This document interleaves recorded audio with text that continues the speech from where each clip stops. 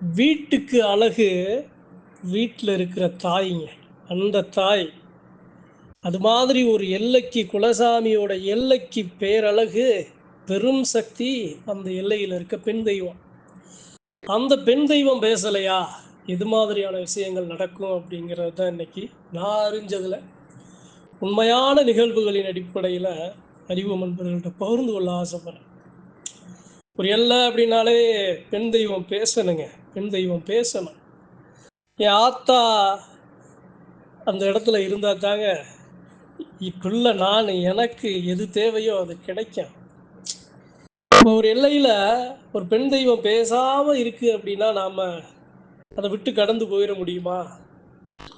இன்னைக்கு இந்த பதிவில் ஒரு பெண் தெய்வத்தோட சக்தி எப்படி இருக்கும், அந்த பெண் தெய்வம் பேசலை அப்படின்னா என்னென்ன யாராருக்கு நடக்கும் அப்படிங்கிறது தான் உண்மையான நிகழ்வுகளின் அடிப்படையில் பகிர்ந்து கொள்ள ஆசைப்படுறேன்.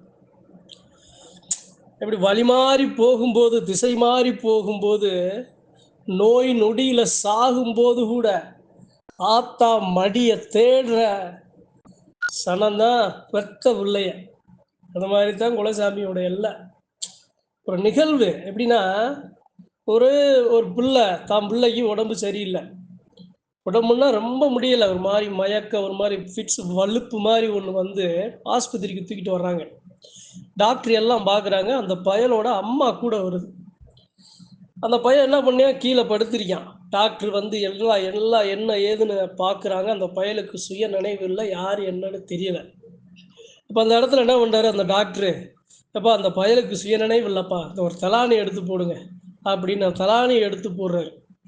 அந்த பையன் என்ன பண்ணுறா, அந்த தலகாணியில் போய் தான் தலையை வச்சு படுக்காம ஆத்தா மடி இருக்குல்ல, அவங்க அம்மா அங்கே உட்காந்துருக்கு, அப்படியே கொஞ்சம் தவந்து போய் அந்த மடியை பிடிச்சி தான் தலையை வச்சு படுக்கிறான். எதுக்கு சொல்கிறேன் அப்படின்னா, அந்த அளவு பெரும் சக்தி கொண்டதுதான் பெற்ற தாய் கொடுக்கிற அன்பு. அதுக்கு மேல 1000 மடங்கு சக்தி உடையதுதான் குல தெய்வ எல்லையில் இருக்க பெண் தெய்வம். சரிங்க, பதிவுக்கு வாங்க. என்னத்தங்க வளன்னு பேசிக்கிட்டு பதிவுக்கு வாங்க. பெண் தெய்வம் பேசலைன்னா என்ன நடக்கும்? பெண் தெய்வம் பேசலையா, நான் எப்படி சொல்றது அப்படின்னா, எது சரி எது தப்புன்னு நம்மளை திருத்துற ஒரு கை அங்கே இருக்காதுங்க. எல்லையில் ஆண் தெய்வம் பேசுது, ஆண் தெய்வம்லாம் பேசுதப்பா, நல்லா பேசுது, நல்லா வருது, நல்லா ஆடுது. பெண் தெய்வம் பேசலையே. இப்போ பெண் தெய்வம் பேசலை அப்படின்னா எப்படி சொல்லுவாங்க, வாப்பூட்ட உடைக்கிற சக்தி, எல்லையில் இருக்க கட்டை உடைக்கிற சக்தி. சாமி ஆடி பெருமக்களுக்கு இருக்கிற வாப்பூடு வாய்க்கட்டு இருக்குல்ல, அருள் வாக்கு சொல்ல முடியாம அந்த கட்டை கூட உடைக்கிறது யாருன்னா அந்த எல்லையில் இருக்க பெண் தெய்வம் தான். அப்படி இருக்கிற பெண் தெய்வம் அந்த எல்லையில பேசலன்னு என்ன நடக்கும் தெரியுமா? ஏங்க, நான் இருக்கேன் அப்படின்னா, நான் ஒரு ஆண் தெய்வத்தை சுமக்கிறேன் அப்படின்னா, சாமியானது கரடுமுரடானது. கருப்பசாமி அம்சம்லாம் கரடுமுரடானது. போதை எடுத்தாலும் அதிகமாக எடுக்கும், அதே சமயம் எதுவாக இருந்தாலும் அதனுடைய ஆசை அதிகமாக இருக்கும், கட்டுப்படுத்த முடியாது. அதை அணைச்சு வலி அணைச்சு வலி அணைச்சு வலி அணைச்சு, இது தப்புப்பா, இது போதும்ப்பா, இது உடம்புக்கு நல்லது இல்லைப்பா, இது உனக்கு நல்லது இல்லைப்பா, எனக்கு நல்லது இல்லைப்பா, எல்லைக்கு நல்லது இல்லைப்பான்னு அந்த இடத்துல சரி பண்ணி கொடுக்குற மாபெரும் சக்தி பெண் தெய்வம். ஒரு இலையில ஒரு சாமி கோவிச்சுட்டு போயிடுச்சு, ஒரு ஆண் தெய்வம் போய் குட்டி போதை, சரியான போதை எடுத்துக்கிட்டே இருக்கு, கட்டுப்படுத்த முடியல. யாருக்கு அடங்க மாட்டேது. அந்த எல்லையில் அந்த ஆத்தா தாய் வந்து, ஏப்பா என்ன ஆச்சுனப்பா, இப்படி நிலவளைஞ்சு நிதானம் தவறி இப்படி போதை எடுத்துக்கிட்டு இருக்க, போது மகனே வா அப்படின்னு சொன்ன சொல்லுக்கு கட்டுப்பட்டு அந்த சாமி அந்த அம்மா பின்னாடி முந்தான பின்னாடியே எல்லைக்கு போகுது. அப்ப ஒரு எல்லையில ஒரு பெண் தெய்வம் இருக்கு அப்படின்னா, அந்த பெண் தெய்வத்தோட சக்தியோ வலிமையை எல்லா மக்களும் புரிஞ்சுக்கிறணும்.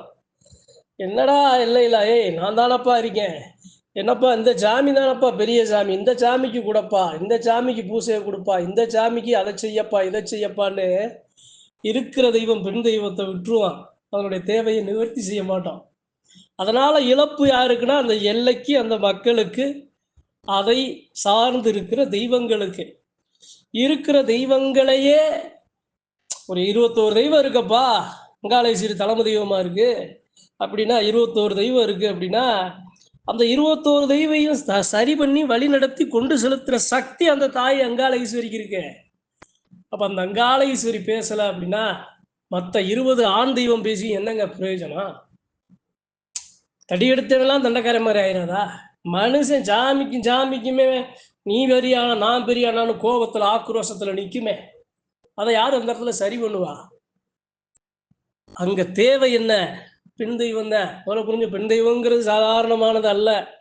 அந்த எல்லை உருவாக, அந்த பிள்ளை உருவாக, அந்த தெய்வங்கள் உருவாக காரணமே அந்த எல்லையில ஆதியில வந்த பெண் தெய்வங்களாத்தான் இருக்கும். தாய் இல்லன்னா அகிலமும் இல்லைங்க. அதுதான் சத்தியமான உண்மை. இது பெரும்பாலான எல்லா குலதெய்வங்களுக்கும் பொருந்தும்.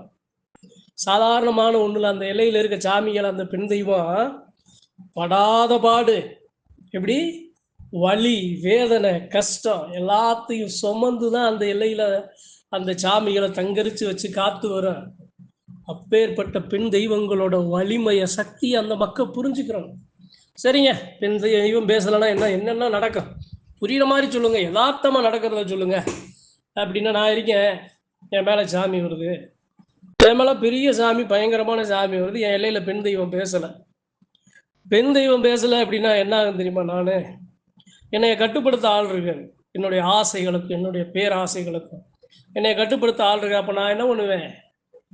என்னைய கட்டுப்படுத்த முடியல அப்படின்னா, என் சாமியை கட்டுப்படுத்த முடியலன்னா, என் சாமியை சுமக்கிற என்னைய கட்டுப்படுத்த முடியல அப்படின்னா, ஒரு காலகட்டம் வரும்போது சாமி நின்றுக்கிறோம், சாமியை சுமக்கிற நாள் செயலிழந்து போயிடுவேன். அப்ப அதை சரி பண்ணி கொடுக்கிற சக்தி அந்த தாய், அந்த எல்லையில் இருக்க பெண் தெய்வம். என் ஜாமி உக்கிரமா இருக்கு, என் ஜாமி ஆக்ரோஷமா இருக்கு, என் ஜாமியோட தேவை அதிகமா இருக்குங்கிற பட்சத்துல அதனுடைய வாகனமா நான் இருக்கேன் அப்படின்னா, நானும் அதை என் சாமியை போல நான் நடந்துக்கிட்டேன் அப்படின்னா, அதனால என் சாமி பாதிக்கப்படாத மனுஷன் நான் பாதிக்கப்படுவேன். அதுல இருந்து பாதுகாத்து கொடுக்கறது அந்த எல்லையில இருக்க பெண் தெய்வம். அதை புரிஞ்சுக்கணும். அந்த சாமியை நிதானப்படுத்தும், அந்த சாமியோட ஆக்ரோஷத்தை குறைக்கும், அந்த சாமிக்கு நல்லது கெட்டதை எந்தெந்த நேரத்துல இதை செய்யணும்னு எடுத்து சொல்லும். அப்ப அந்த சாமி நிதானப்படும் போது அந்த சாமியை சுமக்கிற நான் நிதானப்படுவேன். அறிவோம் என்பவர்களுக்கு, சாமியாடிகளுக்கு புரியும் நினைக்கிறேன். பெண் தெய்வம் தாங்க எல்லாம். எப்படி சொல்றது அப்படின்னா, என்ன நடந்தாலும் பெத்த பிள்ளைகளே அந்த இடத்துல மூச்சு திணறி கிடந்தாலும் உசுரை கொடுத்து, தான் மூச்சை கொடுத்து பிள்ளைகளை உயிர்த்து இழ வச்சு நிப்பாட்டி தான் மயங்கி கிடக்கிற மாபெரும் சக்தி தான் பெண் தெய்வம். அறிவம் நண்பர்கள் புரிஞ்சுக்கிறோம், சாமியாடி வரும் மக்கள் புரிஞ்சுக்கிறோம். எல்லா எல்லைகள்லையும் பெண்களுக்கு, பெண் தெய்வங்களுக்கு முதல் உரிமை கொடுக்கணும், முன்னுரிமை கொடுக்கணும், முதல் மரியாதை கொடுக்கணும். தப்பே கிடையாதுங்க, தப்பே கிடையாது. ஆண்களை விட பெண்கள் ஆடி போற சாமி கூட்டம் ஏராளம் இருக்கும். ஒரு எல்லையில அந்த பெண்களை பாதுகாக்கிற சாமி அந்த எல்லையில ஆண் தெய்வமா இருக்கும். ஆனா அந்த ஆண் தெய்வங்களை அழகாக வழியணைச்சு கொண்டு செலுத்துற அந்த பெரும் சக்தி அந்த பெண் தெய்வமா தான் இருக்கும். சாமி வலப்பக்கமும் முழு பக்கமும் எத்தனை தீய வினைகள், பில்லி சூனியம் செய்வினை ஏவல் எதுவாக இருந்தாலும் அடிச்சு சண்டையிட்டு மேல ரத்தமும் காயமுமா எல்லைக்குள்ள நுழையும் போது அந்த புண்ணையும் அந்த ரத்தத்தையும் காயத்தையும் ஆத்திர மாபெரும் சக்தி அந்த எல்லையில இருக்க பெண் தெய்வம் தான். அப்ப யாத்தா எனக்கு என்னெல்லாம் செய்வாளோ அதே மாதிரி எல்லையில இருக்க குலசாமி, எல்லையில இருக்க பெண் தெய்வம் எல்லாம் செய்யும். எல்லா மக்களுக்கும் செய்யும், எல்லா தெய்வங்களுக்கும் செய்யும். பாதுகாக்கிறது, ஆபரண பெட்டியை பாதுகாக்கிறது, எல்லையை பாதுகாக்கிறது, அந்த மக்களை ஒண்ணு சேர்க்கிறது, பந்த பாசத்தை விதைக்கிறது, தீய வினைகளை களையிறது, கெட்டவனா இருந்தால் அவனை நல்லவனா திருத்துறது, குடி போத மயக்கத்துல போனவனை அழிஞ்சு போனவனை மறுபடியும் மீட்டெடுக்கிறது, ஒரு சந்ததி அழிஞ்சாலும் இன்னொரு சந்ததியை அழியாம பாதுகாக்க எல்லாத்தையும் செஞ்சு கொடுக்கறது உங்க எல்லையில் இருக்க பெண் தெய்வங்கிறத மறந்துடாதீங்க. இப்ப அந்த சாமி பேசலன்னு இதெல்லாம் நடக்குமா? ஒரு வீட்டுல ஒரு பெண் இல்லை அப்படின்னா வீடா இருக்குமா? சொல்லுங்க. வீட்டுக்கு தேவையான ஆரோக்கியமான விஷயங்கள் நடக்குமா? தினமும் ஒரு மனுஷனுக்கு தேவை என்ன? உண்ண உணவு, உடுத்த உடை, இருக்க இருப்பிட, மூணும் சரியா இருக்குமா? மூணும் கிடைக்குமா? எதுவும் கிடைக்காது. இதே நிலைதான் குலசாமி எல்லைக்கு நடக்கும். அப்ப என்னுடைய குலதெய்வ எல்லையில நான் யாரை பேச வைக்கணும்? யாரோட சக்தியை வலுப்படுத்தணும்? யாரை வலிமைப்படுத்தணும்? யாரு எப்படா என் பிள்ளை வந்து என்னைய காத்து நிற்கும், எப்படா என் பிள்ளை என்னைய தூக்கி போடுவியான்னு உயிரை பிடிச்சி காத்து நிற்கிது பாருங்க அந்த வயசான கிழவியோட. அதை விட 100 மடங்கு அதிகமான நம்பிக்கை அந்த எல்லையில் இருக்க சாமி அந்த மக்க மேலேயும் அந்த எல்லையில் இருக்க சாமி மேலேயும் வைக்கும். அப்ப ஒரு எல்லையில ஒரு சாமி இருக்கு, ஒரு பெண் தெய்வம் இருக்கு அப்படின்னா அதனுடைய சக்தியை புரிஞ்சுக்கிறோம். அறிவு நண்பர்கள் புரிஞ்சுக்கிறோம், சாமியாடி வரும் மக்கள் புரிஞ்சுக்கிறோம். ஒரு பெண் தெய்வத்தை சுமக்கிற சாமியாடி வரும் மக்கள் பெண்கள் அந்த இடத்துல அவங்க மேல சாமி பொய்யா வருது உண்மையா வருது, ஆடுறாங்க ஆடல, அது வேற விஷயம். சாமி வருதுன்னு ஒரு பெண் வந்து முன்னாடி நிக்குதப்பா, மதிப்பு கொடு, மரியாதை கொடு. எல்லைக்கு பாத்தியப்பட்டது, உரிமைப்பட்டது, நம்ம சாமி இருக்கலாம்ல அப்படின்னு மரியாதை கொடுத்து அந்த பெண்ணை அவமானப்படுத்தாம அசிங்கப்படுத்தாம அந்த பெண்ணை அள வைக்காம அந்த பெண் என்ன சொல்லி வருதோ அதை நிவர்த்தி செய்யணும். ஏய் என்னம்மா நீ வந்து ஆடிக்கிருக்க, போமா, உன் மேல வந்து சாமி இல்லை பேயின்னு சொல்றதுனால சொன்ன வாய் பெரிய வாய் இல்லை, அசிங்கப்பட்டு நிக்குதுல அந்த குறுகின மனம், அந்த மனசா அந்த இடத்துல பெருசு. வா ஆடு, ஆத்தா வாத்தா, என்னத்தான் எல்லையில வந்திருக்க, என்னத்தா சொல்லத்தா, பணிவா அன்பா அந்த பெண்களை போற்றணும். தான் சாமியாடி வரும் மக்கள் எல்லாருக்கும் இருக்கிற முதல் ஆகச்சிறந்த கடமை. சாமியே விளையாடினாலும் அந்த பொண்ணோட மனசை நீங்க கஷ்டப்படுத்தினீங்கனாலும் அந்த சாமி அந்த எல்லையில இருக்க பெண் தெய்வத்துக்கு மனசை கஷ்டப்படுத்தின மாதிரி கோவிக்கும், ஆக்ரோஷமா கொதித்து எழும்.